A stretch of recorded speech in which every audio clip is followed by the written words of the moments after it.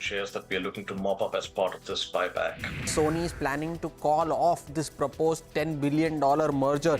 The slowdown in global economy is required because that's what's going to keep disinflation on this disinflationary trend. Greek availability has been about 11% higher compared to last year. The market has rebounded quite smartly from yesterday's low, and it's retaining a bulk of that gain, at least as of now.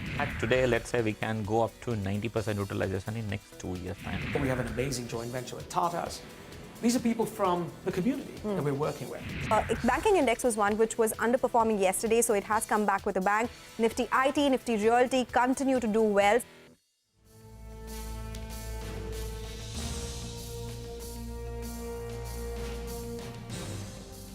Well, that was the day so far. We are coming to you live from the CNBC-TV18 studios in a fresh new edition of Closing Bell. I'm Prashant. With me, my colleagues Rima and Surabhi right here in the studios. And Nigel is joining in from the newsroom floor. Guys, hi, good afternoon. We're starting on a bit of a somber note, right, guys? Yeah. As we start, I think the Nifty from being up almost at 1.200 points is only got about 60-odd points remaining. So it's a very sudden and very sharp fall. Bank Nifty already Nifty down Bank 130. So it's in the red now. Yeah, absolutely. I mean, it's a sudden reversal that's come in. And I guess that's telling us about the nature of this market. It's sort of range-bound, yet very choppy and extremely volatile. That's how the last couple of days have played out, Prashant. I mean, we were at 21,700 at 2 o'clock, and this is 2:30, and we're, we've lost about 130 odd points from that level, not even from the day's highest point.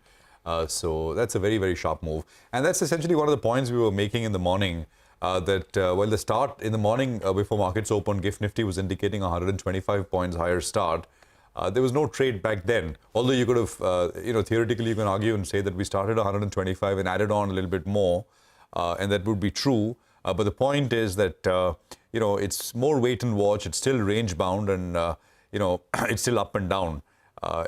If we were up 200 points right now, I mean, that also would have been kind of crazy. 200 down yesterday, 200 up today.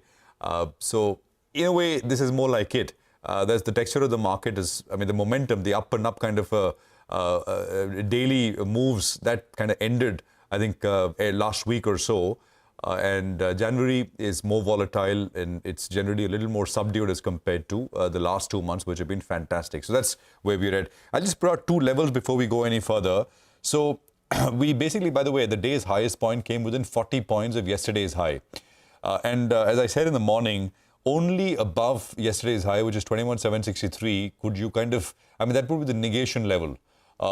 If we stay above it, we close above it. Of course, now there is greater distance. Then you would say that maybe things are looking good, which is not the case. Bank Nifty is also off the day's high. It's now, of course, firmly, with it being negative now, it's firmly under the 20-day moving average. It closed under the 20-day moving average yesterday. And there, the negation level is 48,382, similar to what we saw on the Nifty. So lots to track. Real estate, the last I checked was doing better, outperforming the rest of the indices. Metals and autos were some of the others, which were doing a little better relative to what's happening in the rest of the market. But there's a lot happening, and we'll continue to track that here over the last 1 hour or so. Rima. Well, it's a sudden reversal. And just pull up the intraday of some of these financial stocks, which is where the losses are emanating from. Axis Bank, Kotak Mahindra Bank, State Bank of India, HDFC Bank, ICICI Bank. It's a very sharp reversal, a last, 10-minute, 15-minute fall in all these names. Today is also the Fin Nifty weekly expiry, so keep your eye on that. Typically, the action plays out in the last 1 hour, but we've started seeing that since 2 o'clock. That's the financial space for you. The Nifty Bank is now in the red. It's down 0.3%, a 125-point fall on the Nifty Bank, and at one point of time, the Nifty Bank was up, close to about 500 points. The Midcaps too have erased all their losses and now are pretty much, flatlining. Absolutely. On the mid-cap side as well, the fall is quite apparent. And some of the financial names like PFC, for instance, they are the ones that are falling even beyond the index. Aside of that, I'm looking at where the price action is on the way down right now in mid-caps. And you have a few names here and there, RBL Bank, PFC I mentioned earlier, Restaurant Brands Asia. That stock had run up a couple of days back. Now there's some profit taking that's going on. Bank of Maharashtra. So these are some of the names where you are seeing some of the gains come off the table. And then you have the usual suspects. Of course, Zee, though there's been so much drama around the stock and the denial from the company. But anyway, for what it's worth, Zee is still down about 6.5%. However, you have some gainers as well on the upside. NBCC, GMDC, a stock that Nigel's been telling us about. They've got some environmental clearances for important mines.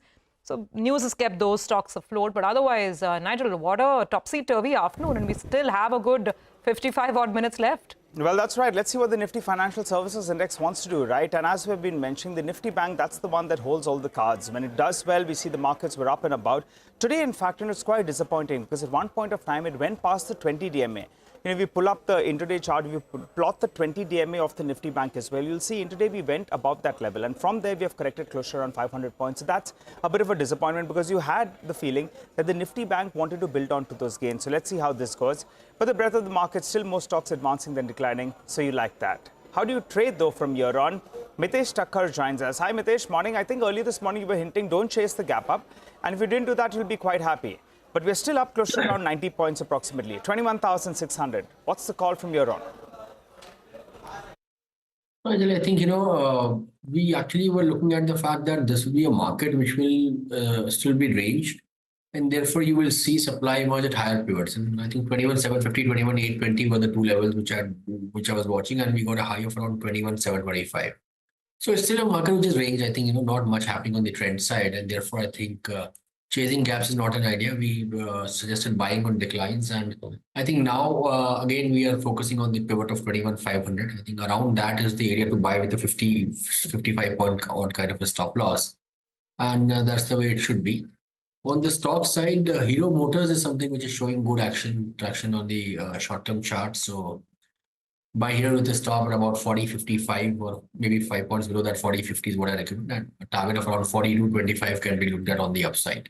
And and on the other side, I think Colgate, after a good run in the last few weeks, is coming under pressure. First signs of profit booking taking place over here.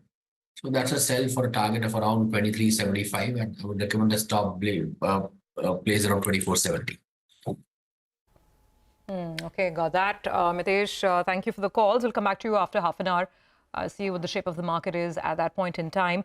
Let's focus on some of the stocks that are hitting the headlines today. As we just mentioned, Zee has been quite the story. Now it's nearly 24 hours. First, there was some agency reports suggesting that the deal is off, the deal with Sony, the merger. The company came out and issued a denial not too long ago. We have Hormaz joining in with all the drama. Never a dull moment here, Hormaz. It never is, isn't it? Whenever Zee is involved, there is never a dull moment. And this back and forth between the two companies has been on since the merger the deal was signed in 2021.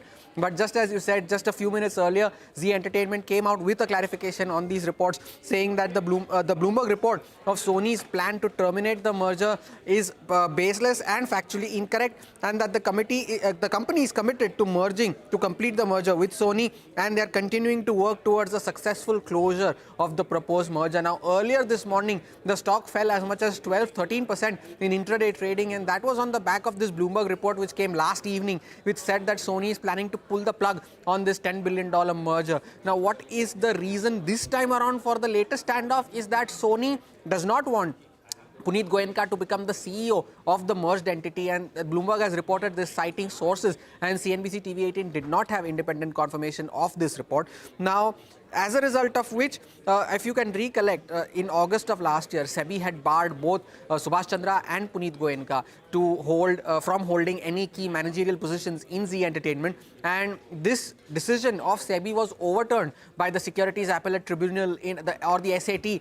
As a result of which Puneet Goenka was reinstated as the MD and CEO of Zee in October of last year. But nonetheless, the stock, after this clarification came out, the stock briefly recovered from the day's low. It's still down around 7.5%. It's in the F&O band today, and the earlier fall that it saw took its market capitalization below 25,000 crore rupees. Back to you. Okay, thank you very much for that. This drama over the last 12 months has hurt Zee Entertainment. In the last 1 year, Zee Entertainment is up 9% versus a 50 to 55% gain for other media companies, whether it's TV18 Broadcast, Network 18, or even a Sun TV has seen a 51% rally in the last 1 year. Dipan, with so much volatility in news flow and lack of certainty, is this stock a complete avoid? And if someone has existing positions in Zee Entertainment, what should they do? Yeah, good afternoon, and thank you for having me on your show. You start with a tough one.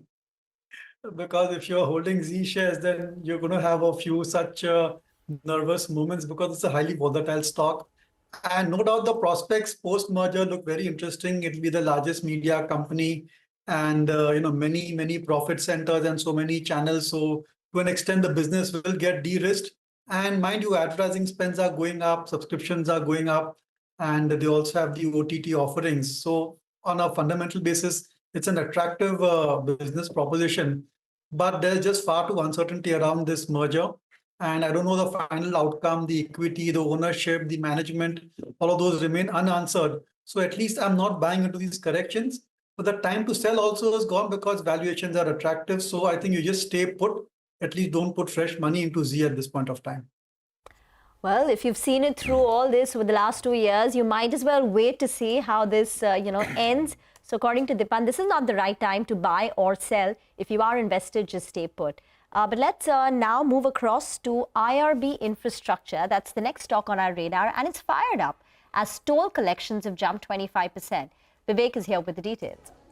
Well, absolutely right. So IRB Infra, what's actually happened is that when you're talking about the toll collections, last 3 to 4 months especially, it's been on a very sharp upward rising trend. This has been aided by a couple of factors. First factor has been the fact that the company was allowed to take price hike across a few of the toll roads that they actually operate.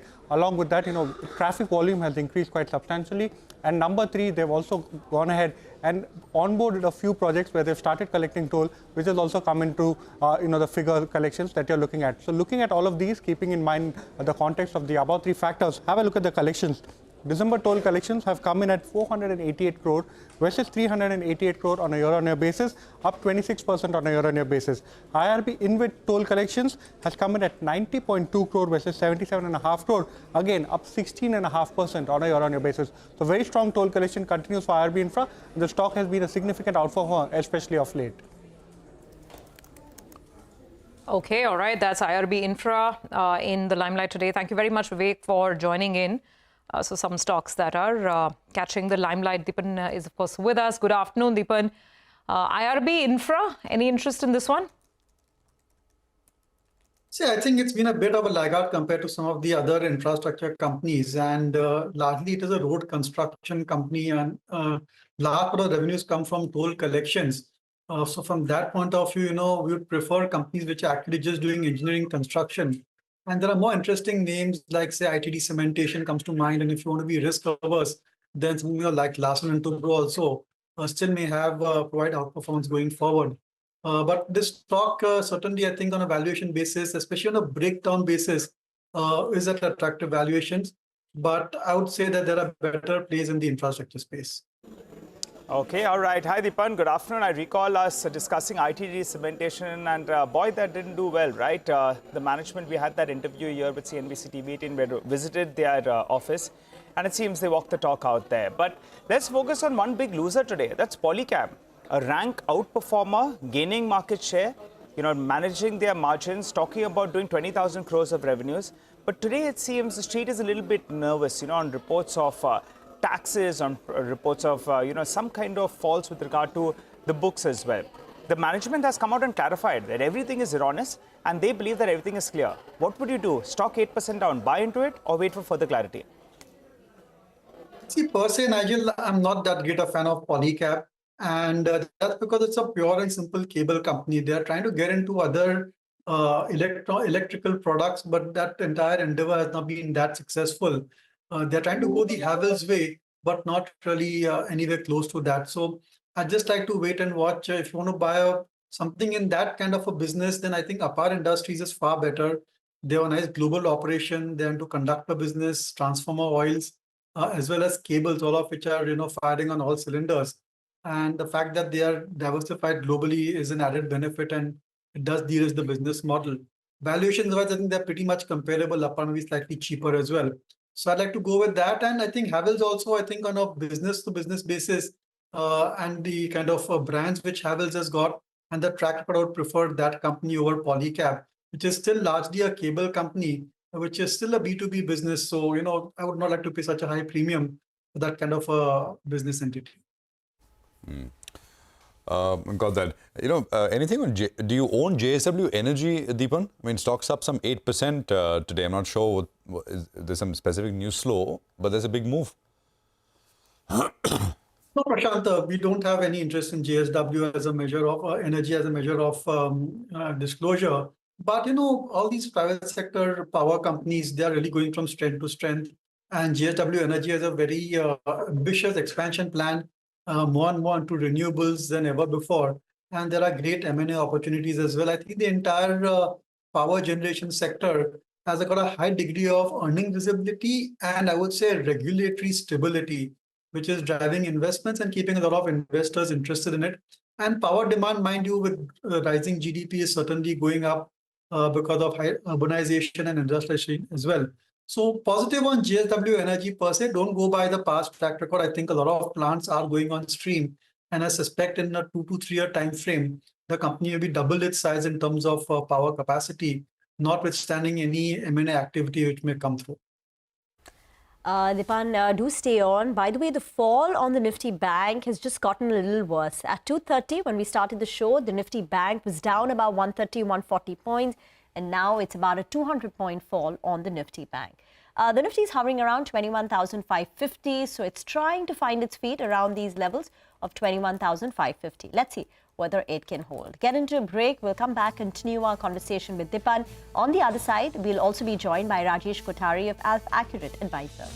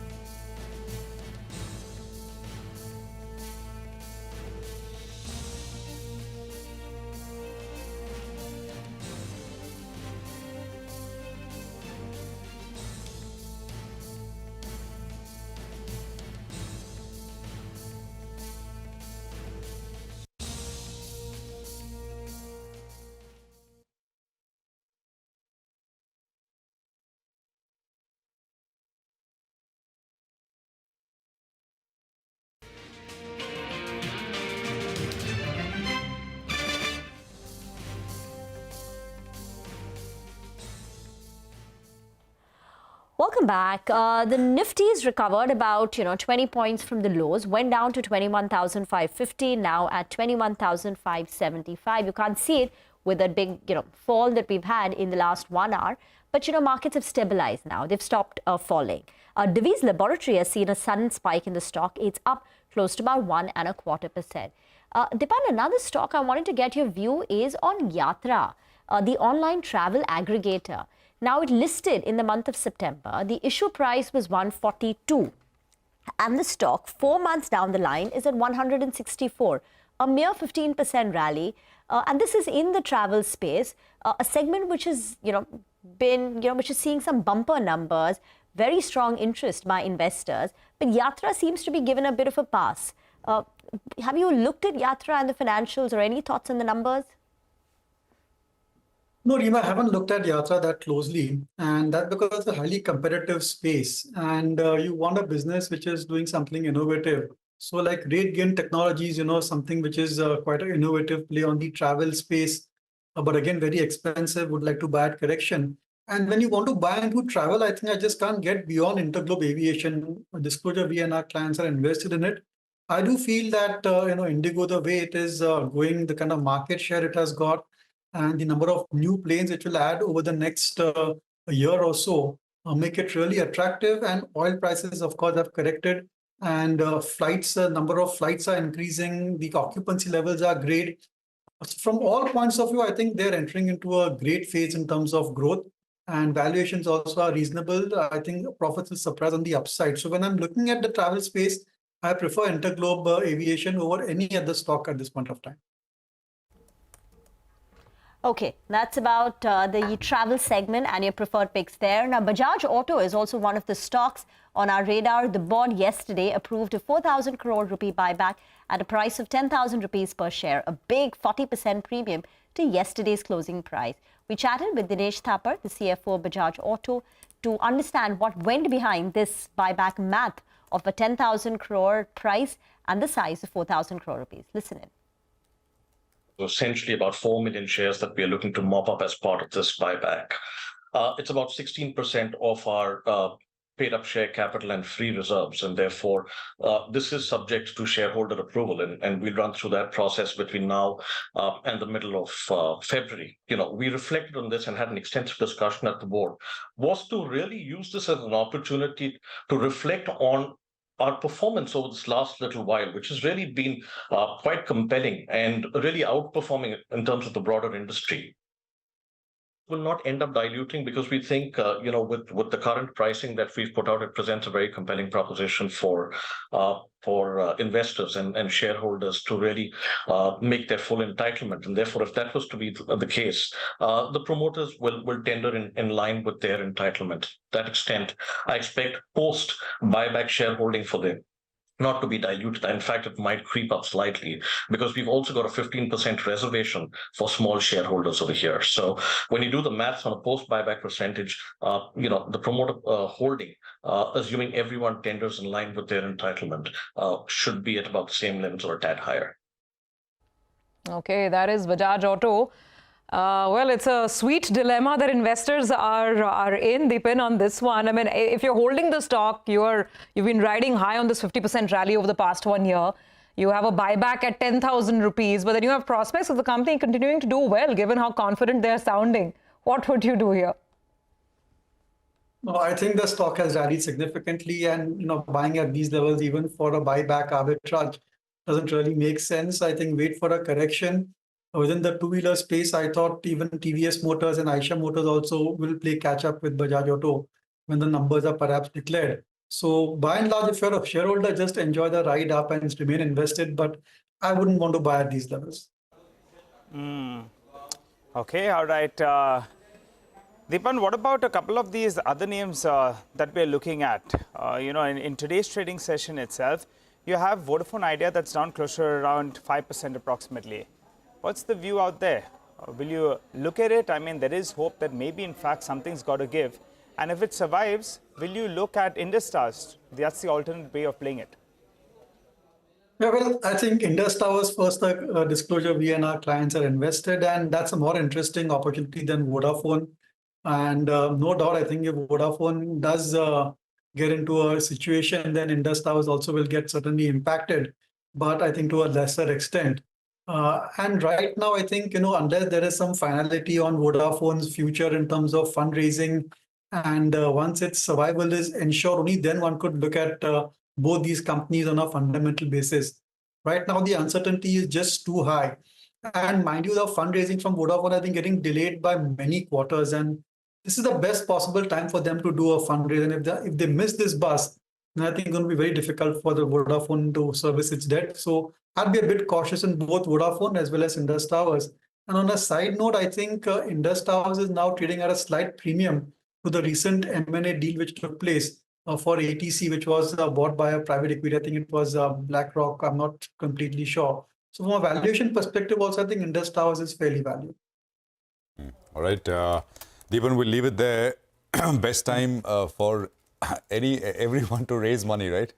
I mean, there's demand exceeds supply, so why not? And I think companies are taking full advantage of sort of coming to the market, and the momentum is going to be as strong, if not stronger, if markets stay as good. Thanks very much once again, Deepan, for joining us. Rajesh Kothari is now joining us from Alpha Accurate Advisors. Rajesh, good afternoon. Good to have you here. Thanks very much for your time. I just want to start with Sabha asking about banking, where in terms of what, to your mind, at the margin seems to be the issue with banks, because it's well advertised, the strengths and valuations, perhaps the only large sector where valuations are not out of whack.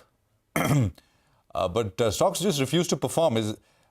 Over ownership may be one, but that also has been pretty well discussed. Everyone knows about it.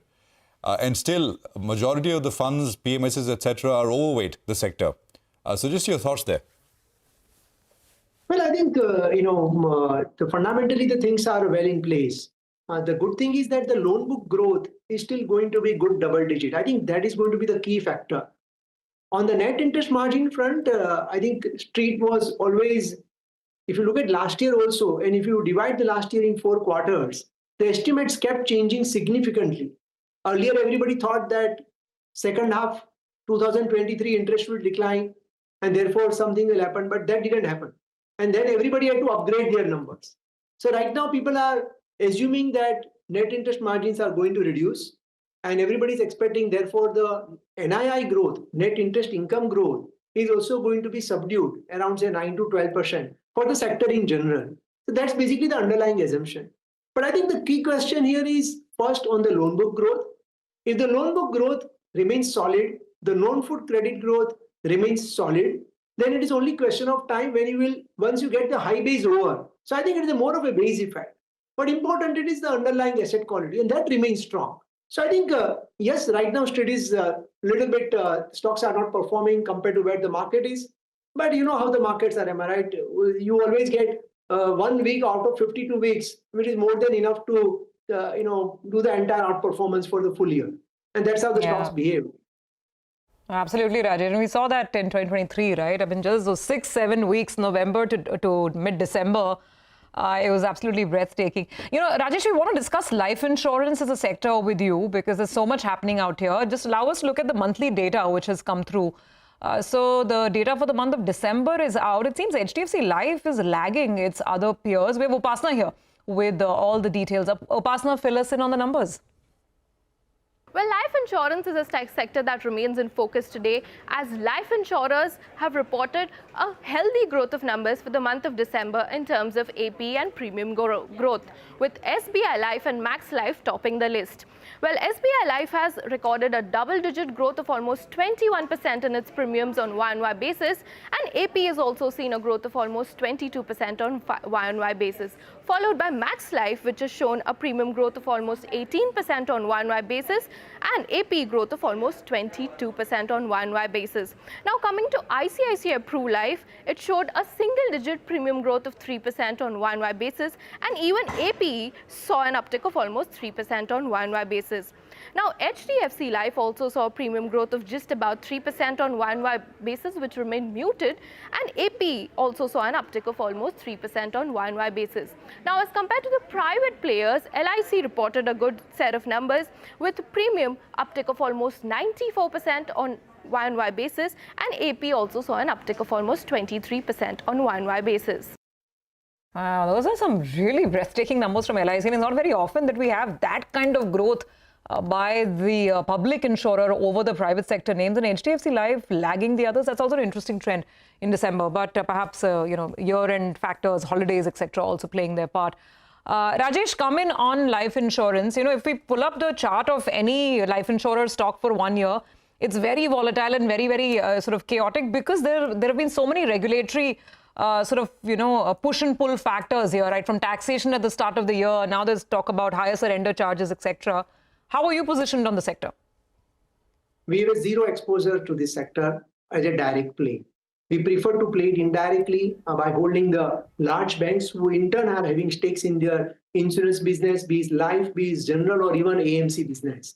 And I think that's probably, in our view, that's a better way to, because anyway, insurance is not that huge part of the sum of parts, but we are not that positive in insurance sector because of the lot of regulatory risk and as well as the taxation related risk. Because disparity still continues. There's a lot of what I would say gray areas in terms of the selling of the insurance products, and the regulations are becoming stricter, which will definitely make the growth a little bit slower in our opinion. And therefore, it is better to play through banks rather than direct play on insurance. Okay, all right. Hi, Rajesh. Good afternoon. Good to speak to you today. Rajesh, how do you play this entire travel leisure space? It's already done well, but it appears Indians are in the mood for it, and maybe, in fact, some of the listed stocks could still do well from here on. What are you all picking? The suitcase maker, as we have only two options, VIP or, in fact, Safari. Safari has done very well. VIP has not done well. Has the time come to bite it? Or will you play some of those hotels, aviation stocks? Your take. So, Nigel, I think it is an overall consumer play what we are doing rather than just, travel play. So whether it is so if you look at our large holding as far as our budding beast goes, or even for IOP, for example, we own Safari in our budding beast from last 2.5, 3 years. It has been, of course, multi-bagger, stock for us. And then we also own the companies like Trent, which is also one of the best performing stock from last 2.5 to 3 years. So I think it's more of a right companies playing at right time, and very importantly, they keep changing the product portfolio. They remain relevant to the consumer, and that's basically secret. So there is always a debate that why few consumer companies are not doing so well within the retail space, and why one or two companies are doing extremely well, because those companies are more agile and they remain relevant. They keep changing their product. They are innovative. They offer the product at the right price. They become available and become affordable. And then they scale it up. I think those are the few ingredients which are important if you want to be right in the consumer space. And those are the names, therefore, what we own in our portfolios. Rajesh, even though the overarching narrative on IT was weak demand, weak macros, cut in discretionary spending, project cancellations, many mid-cap IT companies did phenomenally well last year.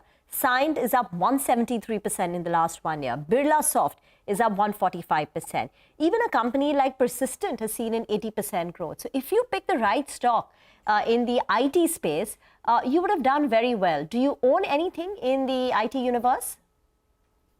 Yeah, we do own few names within the IT. So kindly please put a disclaimer, because now we are talking about the stock specific. The companies what we are talking, we might be holding for our PMS clients or in individual capacity.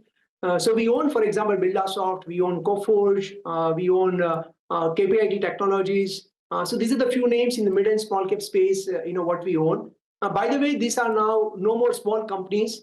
If you look at their profit size of these companies, they are probably moving from 200 to 500 to now 800 crores over the next 2-3 years. So they are no more small companies, although they get classified as a mid and small cap. So I think you need to be, as you rightly say, you need to be stock specific. You need to do your bottom up work, because electrification and the EV related programs are continuing. And companies like, for example, KPIT is the best position, irrespective of what happens to the global economy, the recession or inflation or interest rates. And same thing is for other two companies which we are holding, because they are changing their product portfolio to become more relevant, and then they are gaining more market share. Their legacy portfolio is much smaller, which is under pressure compared to the large IT names, where the legacy portfolio is huge. So while they are doing well in their new offerings, the old portfolio, the product portfolio, the legacy portfolio on the services side, that is not growing. And therefore, you see the overall compression in their overall growth. So that's how we are playing the IT sector. Rajesh, you mean the other thing is sort of capex related themes which you've liked for a while, right? Yeah. Anything new you've done there? Anything you've topped up on? Yeah, we continue to like the capex related theme, and we keep changing within that depending upon the valuation parameter. So we keep adding to our favorite names like Hitachi Energy. We continue to like this name. We own it from last, I would say, close to probably more than 1.5 to 2 years. We continue to like this name, and likewise. So we own basically here the companies which are product as a portfolio, and that's very important. So they are not typical EPC player, kind of a thekedari ka work. They are not like that. They have a real R&D, they have a real innovation, they have a technology as a moat, and they are the biggest beneficiary of smart grid. They are the biggest beneficiary of capacities which are coming up in data center, which is going to become 2x or 3x over the next 3 to 4 years. And they are biggest beneficiary of the overall process automation. So these are the companies what we own. They are the largest beneficiary, and they also have exports as an additional opportunity. So your domestic economy is going to revive, particularly on the transformer side, on the data center side. And then you have a Europe plus one as an opportunity for select few players. So that's how there's a one portfolio what we are playing. The other portfolio what we are playing is through the companies which are into compressors. So for example, if you look at Kirloskar Pneumatic, that's one company what we own. They are into compressor. And again, domestic and exports, they both combined can give the good growth for this kind of a company. So these are the few names what we own in the capex side of the business. Rajesh, just getting back to that point about KPIT Tech, since that's a company that you own in one of your portfolios, with your PMS clients, you've clearly studied the entire space. What is your read of Tata Technology? It had a great listing. Issue price was 500. On day one, it doubled. Immediately, it went to a high of 1400. But after that, the stock has been languishing and has actually come down from a peak level of 1400 down to about 1160. Just pull up a 3-month chart of Tata Tech, for our viewers, and then they would see what I'm talking about. At what point, how would you compare Tata Tech versus KPIT Tech, and at what point does Tata Tech become attractive? Well, I think it's probably the best company to own, if you ask my frank opinion, within the entire space, because they are the best of the management, best of the domain, best of the experience, best of the customers, best of the relationship, and last but not least, best of the execution. So while all these things are best, of course, in terms of the, what I would say, final earnings growth and then the valuation for their earnings growth, these are the two important parameters, am I right, when you buy any company. So that's where it is on our watch list. And at some point of time, we would love to own this company. It's a great company. And we are just waiting for probably some time correction, some price correction, and hopefully we'll be able to get at our target valuations, and that's the hope. So let's see, when it enters the portfolio. But definitely, yes, it's a great name to own for the long term. The only point is the valuations, where we are still not that comfortable, so to speak, for our main AAA IOP portfolio. Okay, all right, Rajesh, we will leave today's conversation on that note. Good talking to you as always. Thank you very much for taking out the time. Thank you. Back to the screen for a bit, and we have a very feeble sort of an up move left now. 0.25 percentage point on the Nifty after the fall. I mean, we're kind of stabilizing, not a big rebound, but we're just sort of stabilizing now. The bank Nifty is about 100 points away from its day low, and that's where the problem really was, and that's where the fall became most pronounced. So that's the way the situation is playing out. Let's quickly take a break on that note. We'll come back on the other side, and of course, we'll get you some more trades with Mitesh for the last half hour.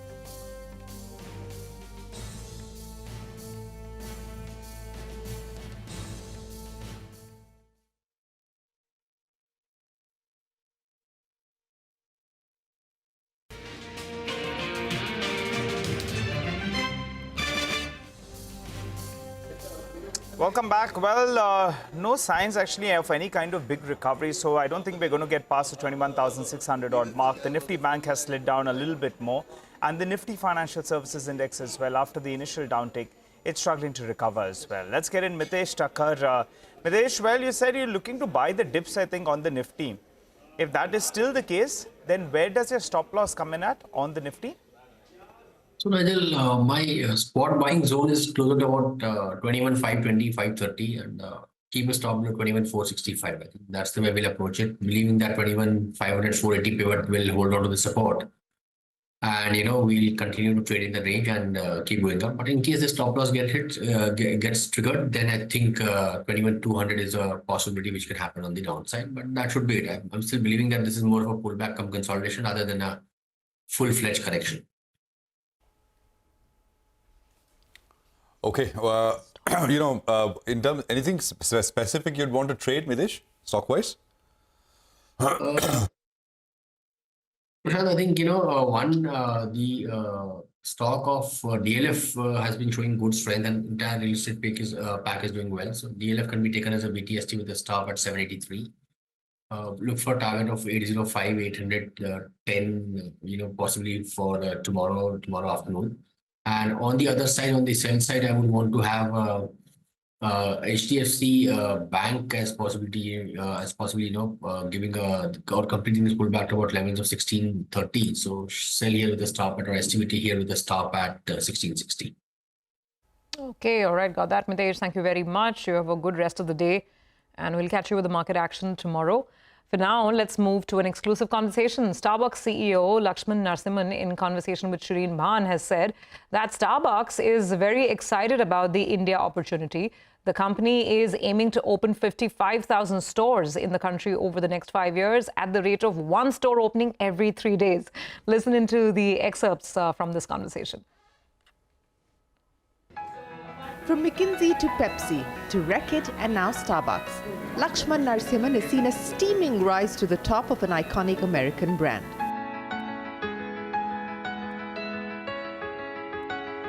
Stepping into the shoes of the legendary Howard Schultz is daunting, but Narasimhan is taking each day cup by cup and store by store.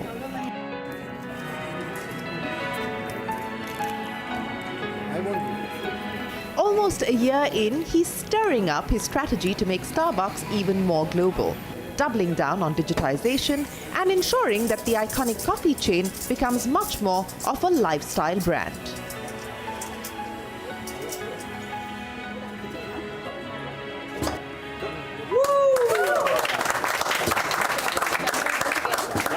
You've put together a triple shot strategy for Starbucks, which involves cost savings, but it also involves accelerating your expansion plans around the world. What are you prioritizing today? And as you look at this world, in your words, with limitless possibilities, what is the role that you see Starbucks playing? So first of all, as I said, this is an iconic brand, and it's a brand that is founded on this idea of human connection. It is a brand that is founded on this idea that even in a polarized world, you have the ability to create a third place, a place where people can come and feel belonging, feel joy, and essentially advance the conversation forward.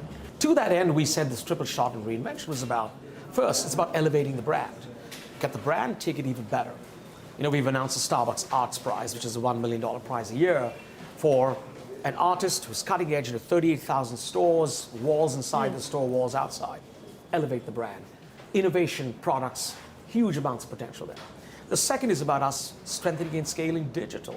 We're a very digital business, and we have the potential to make it even bigger in what we do, how we connect with our customers, but also how we reimagine the factory in the back while delivering the theater in the front, the theater that you saw. The third thing we have is truly global, and this is where India comes in too. We have a big leg in the US. We've, of course, grown several stores in China. But the rest of the world has huge potential for us. Even in markets like Western Europe, we have headroom. You look at markets like India, we're just getting started. So we will be truly global. 3 out of 4 stores that we build over the next 5 years will be outside the US. Those 3 things are really important. And to that context, we need to obviously fund this. So efficiency helps us do it. It helps us build the capabilities that really reinforce this business. And the last thing, and perhaps the most important thing for me, is we have 460,000 partners around the world. These are partners hired locally. They're hired by, the local geographic partners that we have. Here we have an amazing joint venture with Tata's. These are people from the community that we're working with. So that's what triple shot reinvention is.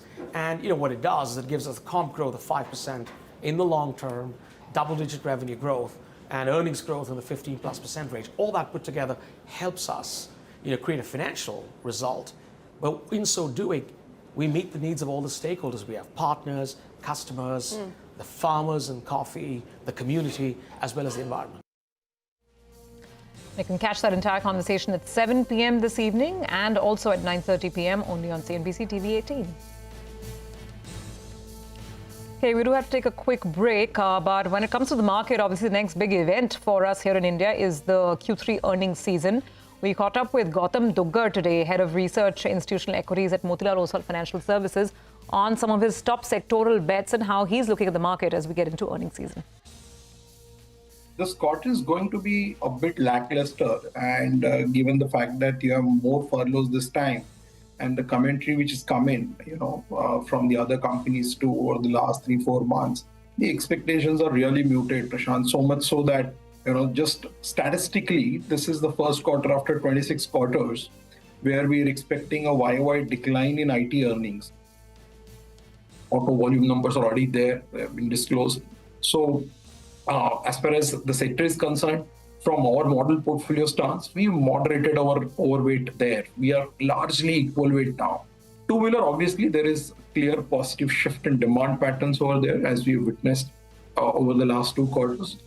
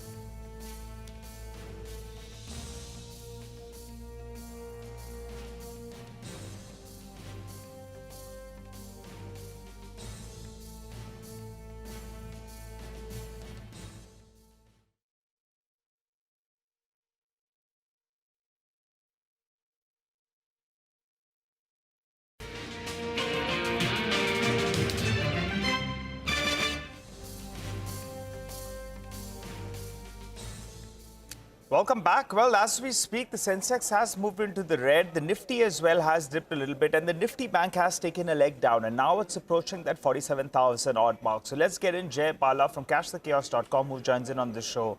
Well, Jay, I wanted to view first up on the Nifty Bank. Let's keep the Nifty at the side because that's the one that's looking a little bit jittery. Just a few sessions ago, we were headed to around 49,000. We're back down to around close to around 47,000. How would you trade this index? Where does support lie, and what are the levels you're looking at? Yeah, thanks, Nigel. Thanks for having me on the show. See, you've rightly taken the correct index over there, and it's probably registered a small head and shoulders top, and it's coming off from there. If the index were to drop below 46,920 and 46,888, I think the probability that Nifty Bank registered a major top would increase exponentially. So watch out for this. So there's a short play going on the index. The nearest supports I've mentioned, and below 46,888, it's about 46,500. So there is a short play going on in the Nifty Bank index, and I've been pointing out for several months now that Nifty Bank is going to be the problem pocket, and it's behaved quite expectedly, and Nifty is still positive even now, but the banking index from plus 3/4% has come down to negative 0.5%. Okay, Jay, hi, good afternoon. So it's been really one step forward, one back for the market. No sense of, directional clarity in the last couple of days at least. Let's talk about sort of, what you're seeing ahead for some of these IT names, on the charts, because that's the next event. TCS, Infosys, do you see any trades on these stocks at all? Or would you completely avoid them till the event is over, the fundamental earnings event? No, if you're a short-term traders, would be there is definitely a trade out there, but it's definitely only for the extreme short-term that lasts about say 3 to 4 sessions and not beyond that. The 36,100 that the Nifty IT index registered, it doesn't look like a complete move. Probably one last higher high is due. Everything from Infosys, TCS, look like they are going to make one high past the December high registered.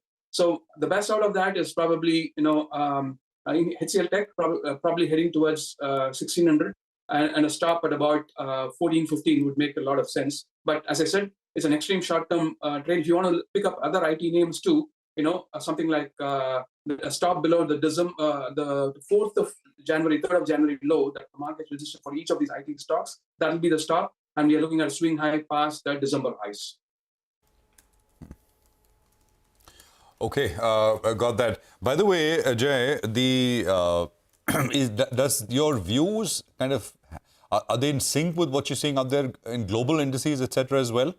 The 10-year back at about 4%, around 4 actually, as of yesterday's close.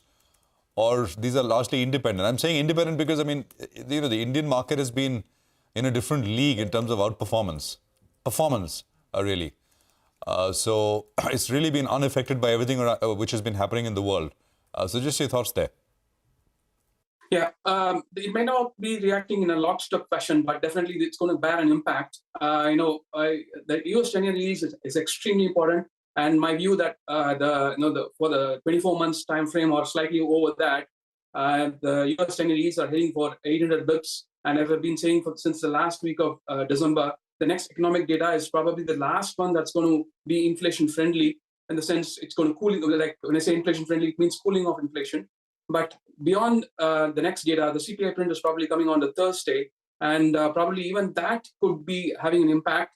And we're going to see hardening of the yields, and we're going to probably see about the 500 bips that we saw in 2023. We're going to see a cross of that in 2024, probably right in the middle of the year. And the dollar index is already showing signs it could have reversed. Watch the euro. If it were to print 1.103, 1.104, and then reverse from there, we're going to have a risk-off event. So that's, combine that with the US 10-year yields.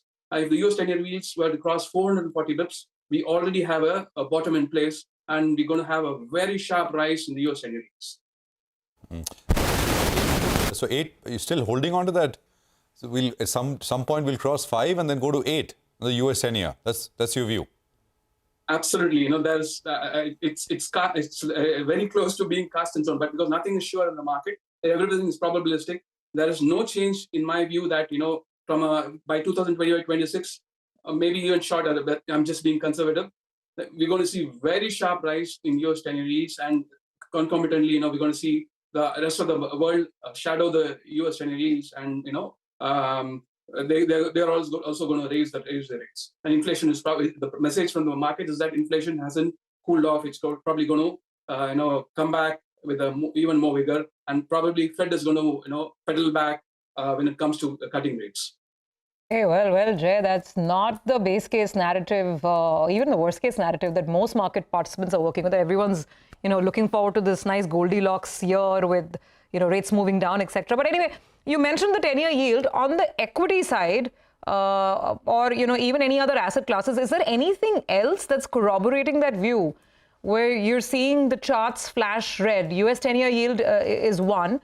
But on stocks, for instance, these magnificent 7 US tech stocks, again, they rallied last night. Are you seeing any other indicators on any of the equity names which kind of point to some danger as well? Yeah, a good point there should be, we have divergent signals from there. The stocks and the US S&P, they are pointing that they might have already turned.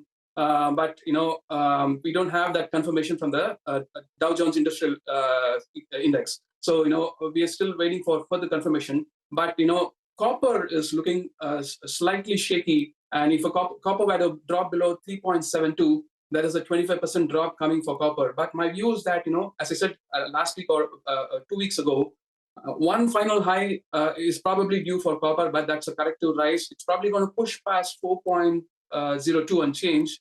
But, if that doesn't happen and copper breaks 3.72 straight away, I think the top is already in. So there is another signal coming from there. The Russell 2000, the broader market, once again, there is also pointing to a trend shift.